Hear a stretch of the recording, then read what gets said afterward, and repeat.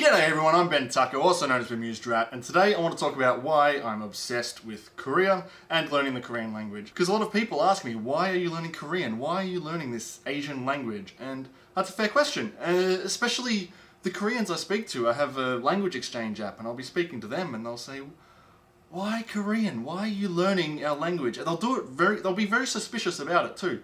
They're like, there's like Japan over there. White people like Japan, right? There's anime and robots, and it's like, yeah, I like robots. And then there's China. Look how big and important China is. You know, it makes sense to learn Chinese if you're going to learn an Asian language. Sure, that makes sense too. I've considered that. For a long time, I've wanted to learn a second language, right? It pisses me off that I only understand one language. Germans especially. God damn it, Germans. They speak German fluently because it's their language. And then so many of them speak like perfect English as well. Like, they speak English as well as I can. Very little accent, if any. That is not fair. You are not allowed to speak English as well as me if it is not your first language. So for a long time, I studied Spanish. I thought, I'll learn Spanish. Spanish is very similar to English. It's going to be easy. I'll learn that one. I like Spanish. I worked with an Argentinian, so I can speak with him about it. And then I can go to anywhere in South America. I can go to Spain. Like, it's a commonly spoken language. That's cool. It's easier than Chinese or Mandarin, which is much more commonly spoken by number of people, but, you know, I don't really want to go to China. And the idea of learning an Asian language like Mandarin did occur to me, because yes, China is a big country. We're going to be doing a lot of business with them in Australia, and it could be a useful language to understand. Kevin Rudd used it. It must be good, right? But Mandarin just seems so hard. It's got these characters which are words and they look complicated as all hell to write out as well. And it's a tonal language as well, right? So the way you say the word, how much tone you put into it changes the meaning. And while we can do that with English and other languages when we put emphasis on things to change the meaning of a sentence, it's not quite as hard as changing the entire meaning of the word. And the most important part about that is that with tonal languages like Chinese, cochlear implants, the bionic ears, don't actually work with those languages. Doesn't affect me presently, but it may in the future. South Korea is a relatively small country, right? So it makes sense to not really know much about it when you're from Australia, because there's no real reason to learn that. But I've known about it for a while. I studied it in high school, modern history, Australia's involvement in the Korean War. I learned about that. You're welcome, South Korea.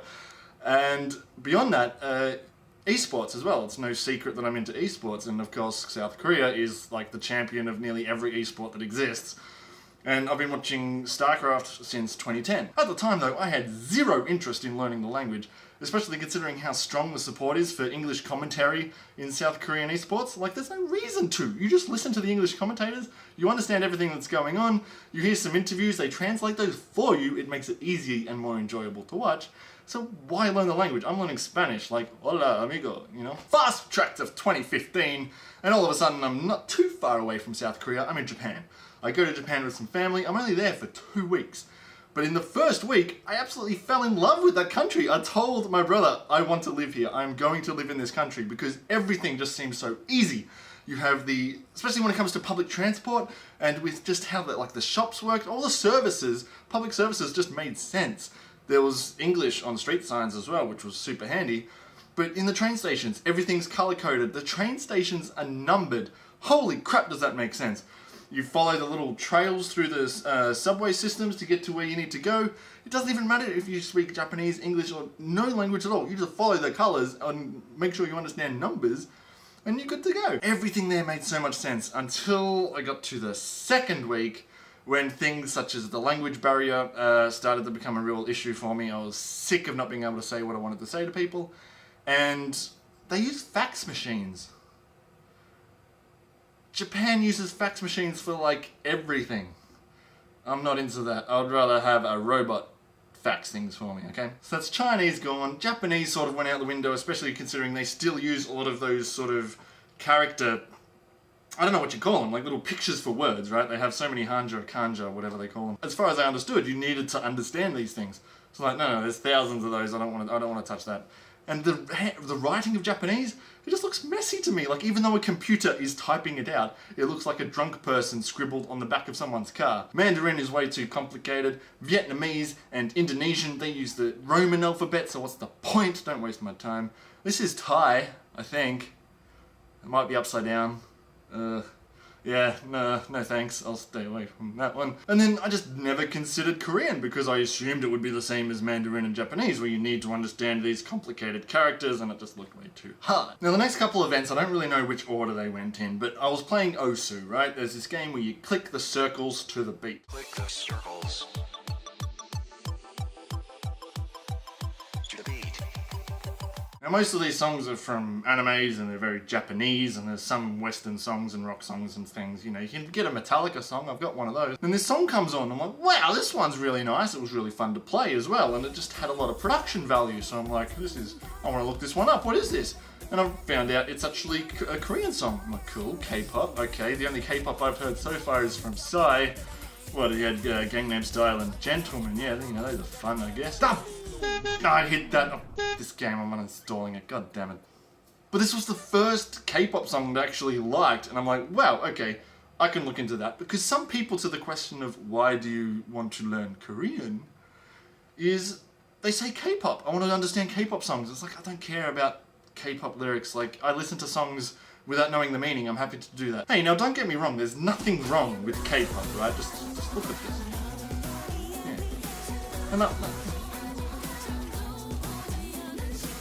yeah, like it's good, it's alright, it's not bad, but it's not enough to get me to want to learn the language. And then other ones say, you know, I watch K-drama, I want to understand K-dramas.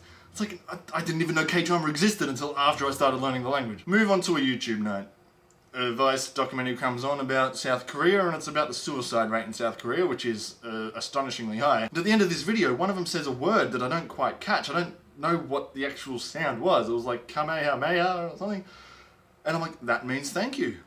Oh my god, I don't know how I know that, but that means thank you. And I've never actively tried learning the language. I've never tried actively listening to what they were saying on like esports interviews and things when they interview and go, blah, blah, blah, congratulations on your win. They go, oh, kamsamnida. I'm like, oh, that Kahamada word, yeah, what was that? That means thank you. All the players, when they win, they always say thank you after being congratulated.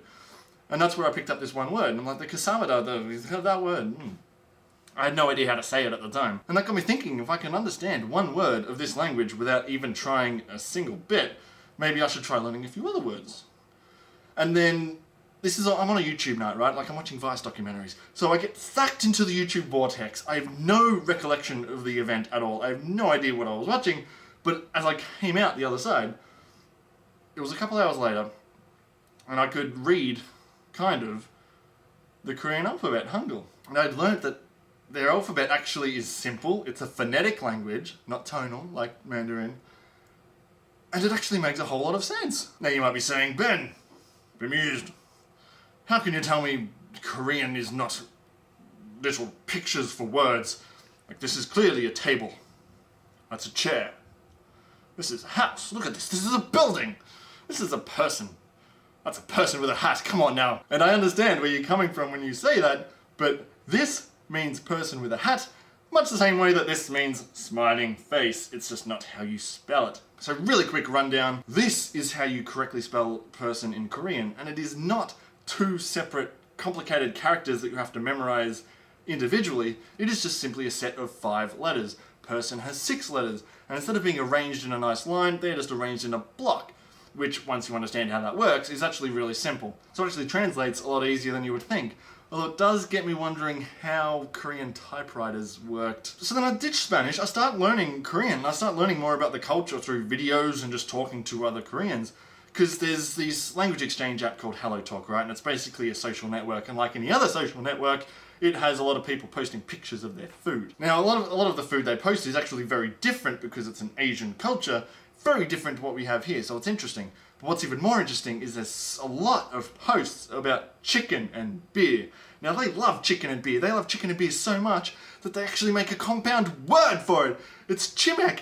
And I'm like, yes, I love chicken and beer. And if you don't like chicken and beer, have some pimek, pizza and beer. This is so sick. And you can get this food delivered to your door, which is normal, right? But they get it for free. Like, yes! And you can get so many different types of fried chicken. Like, I have fried chicken, I go to KFC. They have fried chicken, they go to any of these lovely stores and restaurants and street food that they like. So hell yeah, I like chicken, I like beer, I like pizza, I like esports, I like trying new things, I like learning languages. I love how Hangul just makes sense. And being so close to Japan, it actually turns out that they have all the good things that I liked about Japan too, like the incredible subway system and just really nice, polite people. So with all those things put together, that's why I'm learning Korean. Thank you very much. I gotta get out of here. I'm gonna go get some chicken and beer because I've worked myself up into an appetite right now. Thank you for watching. I'll see you next time and see you later.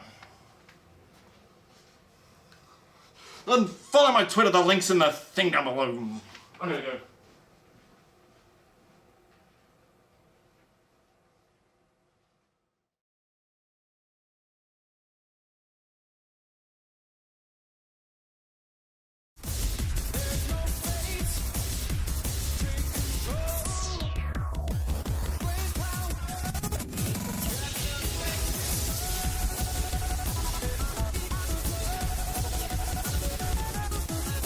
Yeah, I'm definitely uninstalling it now. Screw this.